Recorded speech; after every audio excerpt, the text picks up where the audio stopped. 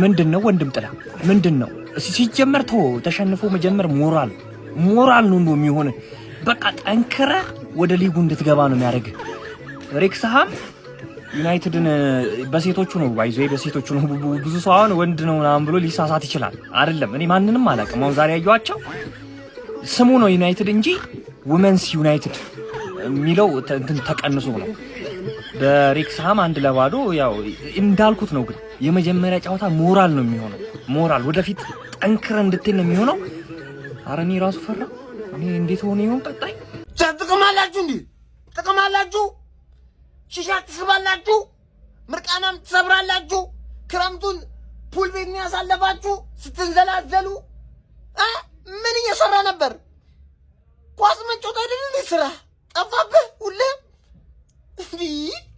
ምን አይነት ነገር እየተመለከት ነው ዛሬ ቆይ ቀጣይ ቆን ከኩዮቼ ጋር ቆ ነው መገናኙ ልታዋረዱኝ ነው ማለት ነው ከሪያል ማድሪድ ከባርሴሎና ከፔስጂ እኩዮቼ እየጠበቁኝ እኮ እንደዚህ ሆነን መንገጥመው ሄደን ውርደት አይደል እንዴ ኧረ በእናታችሁ እንዴ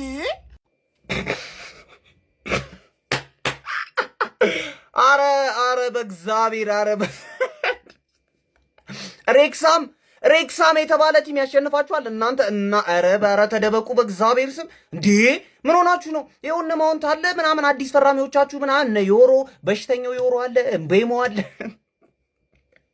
ባበሬክሳም ኔክስት ሲዝን ማለት ነው ኔክስት ሲዝን የምትጫወቱት ለቶፕ 10 ነው ከዚህ በኋላ ወስኝባችኋል አሁን እንደውም ሌላ ፕሪሚየር ሊግ ምናምን ስላልተጫወታችሁ ነው ሶስተኛ የጨረሳችሁት ራሱ ሬክሳም ያሸንፋችኋል ፕሪሲዝን ደግሞ ተመልሰናል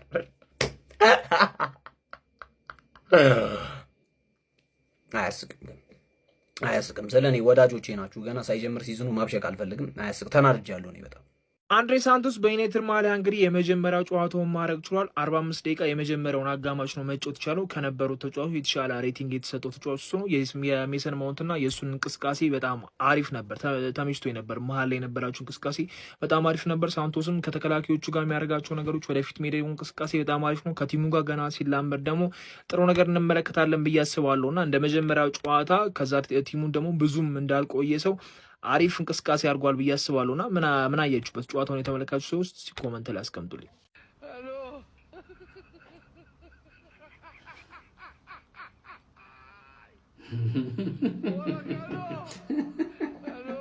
ተርፍዬ አለሽ እንደ ዛሬ አሁን ገና መስማቴ እኮ ነው አንተ እኔ ሞርጋ ሮጀርስ ምናምን እያልኩኝ እዚህ በሻቀጣለሁ ለካ መጽናኛ የተርፍዬ ተለጠፋልኝ የለ እንዴ አንቺ በአላይ ቀርሽ አዘቦት ቀላይ ቀርሽ ባገኘሽው አጋጣሚ መለጠፍ ነው እንዴ ስራሽ ምን አለ እንኳን የወዳጅነት ጨዋታን እንኳን ቆፍጠን ብለሽ በተጫወሽ ምን አለበታው እንዴ ይሄን ደጋፊ ማሳፈር አይሰለችሽም ወይ አንቺ ቲም ጭራሽ መላጣው ነበር ይባይው ሃሪ ማጉየር ካፒቴን ነበር እሱ ይገርማል እንዴ ዶክሾም ሳይቀር የነበረው ቲም ነው በሬክስሃም በሚባል ቲም የተሸነፋችሁት አይ ቅሌት ማይሰለቸው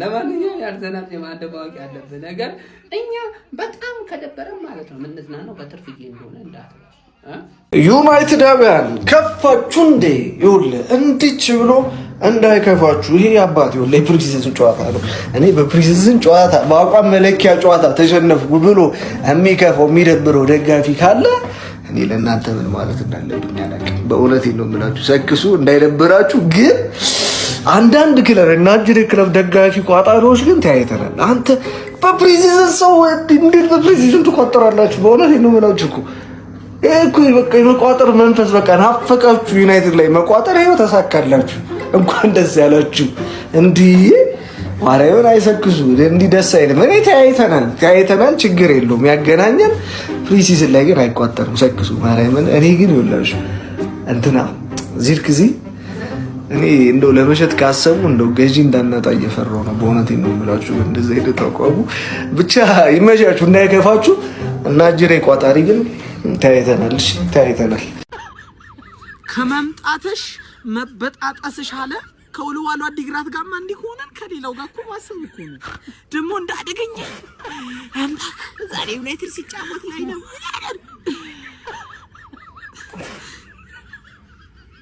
ትርፊያንስ ምን ሼለው ሞርጋን ሮጀርስ ሂር ዊ ጎ የሚባል ዜና ኤክስ ላይ ገባልሻለሁ ተለጥፈሻል። ለምን ስለተጫወትሽ ማለት ይሄን ሁላ እኮ 2 ወር ሙሉ ስታደነቁሪን የነበረው እኮ ስላልተጫወትሽ ነው። ብትጫወቺ ኖሮማ አለ ገባሻል። ገና ፕሪሲዝን ላይ አናዘር ዋን ሊባልልሽ አንድ ጌም ነው የቀረሽ ማለት ገባሽ አይደለ? በሬክሰም በግሪንዝቢ እኩዮችሽ ናቸው እነዚህ ቡድኖች እኮ። አንቺ እኮ ቻምፒዮንሺፕ ነበር መጫወት የነበረብሽ ገባሻ። በሌሎቻችን ቅዋ ነው እዚህ ያለሽው፣ በድዋ ምናምን ነው እዚህ ያለሽው ገባሽ አይደለ? እና አሁን ኔክስት ሲዝን 19 ክለብ ነው ያለሽ። ስለዛ ለዋንጫ መጫወትሽ አይቀርም። ግን በዋናው ማሊያሽ ለዋንጫ ትጫወቻለሽ ወይ ነው ጥያቄ። ለዋንጫ በዋናው ማሊያ እንጂ ማይቀር ነገር እስከ 38ኛ ሳምንት ድረስ ለዋንጫ ትጫወቻለሽ የሆነ ነገሩን ይዘሽ ማለት ተረዳሽኝ አይደለ?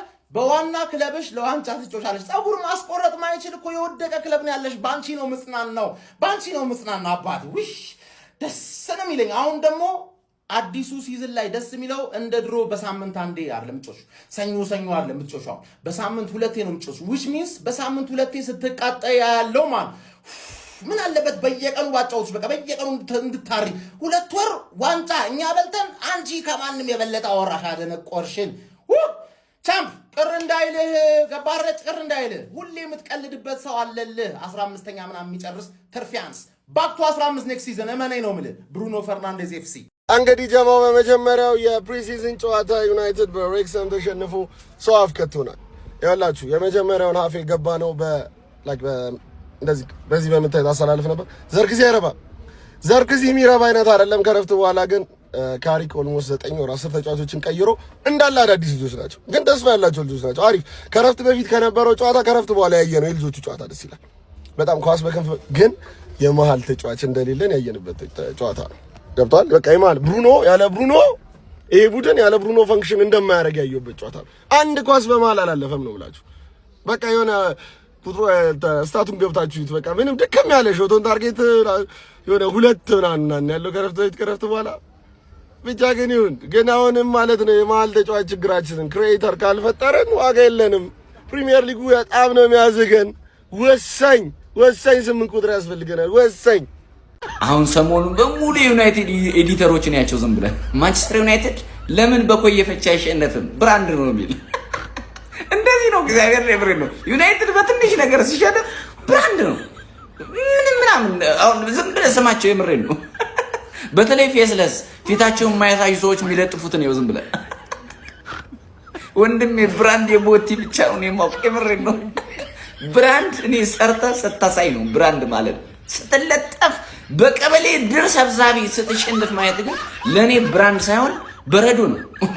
ገና ነውና ተናፋቂው ክለባችን ማንቸስተር ዩናይትድ ከዌሬክስሃም ጋር ባደረጉት ጨዋታ እንግዲህ 1-0 በሆነ ውጤት ተሸንፏል። ማንቸስተር ዩናይትድ ይህንን ጨዋታ የማሸነፍ ግዴታ ውስጥ አልነበረም። ምክንያቱም ተጫዋቾቹ ምን ያህል ደረጃ ላይ እንዳሉና የፊትነስ ደረጃቸውን ለማጥናት የተጠቀሙበት ጨዋታ ነው። የፕሪሲዝን ጨዋታዎች ገና ይቀጥላሉ። ቀጣይ 6 ወይም ደግሞ 5 ጨዋታዎች ይቀጥላሉ። እነ ፒኤስጂን እነ ኤሲ ሚላን እንዲሁም የተለያዩ በርከት ያሉ ጨዋታዎች ይኖራሉ። እናም በዚህ ፕሪሲዝን ጨዋታም ደግሞ ለቀጣይ ለ2026-27 የውድድር ዘመን ማንቸስተር ዩናይትድ ጠንክሮና በርትቶ ለፕሪሚየር ሊጉ ተፋላሚ የሆነ ቡድን ይገነባል ተብሎ ይጠበቃል። የዛሬን ሽንፈት ብቻ ሳይሆን ተጫዋቾቹ ምን ያህል ፐርፎርማንስ ላይ እንዳሉ የተመለከትንበት ጨዋታ ነው። እንግዲህ አዲሱ ፈራሚያችን አንድሬ ሳንቶስን ተመልክተናል። በጨዋታው ላይ ያን ያህል አመርቂ ውጤት ባያሳይም እንደ ቡድን ተጫዋቾቹ ገና መዋሃድ ላይ ስላሉ ያን ያህል የሚያስከፋ ውጤት አይደለም ብዬ አስባለሁ። እስቲ እናንተ ምን ተመለከታችሁ? ሀሳባችሁን ኮሜንት ሴክሽን ላይ አስቀምጡልኝ።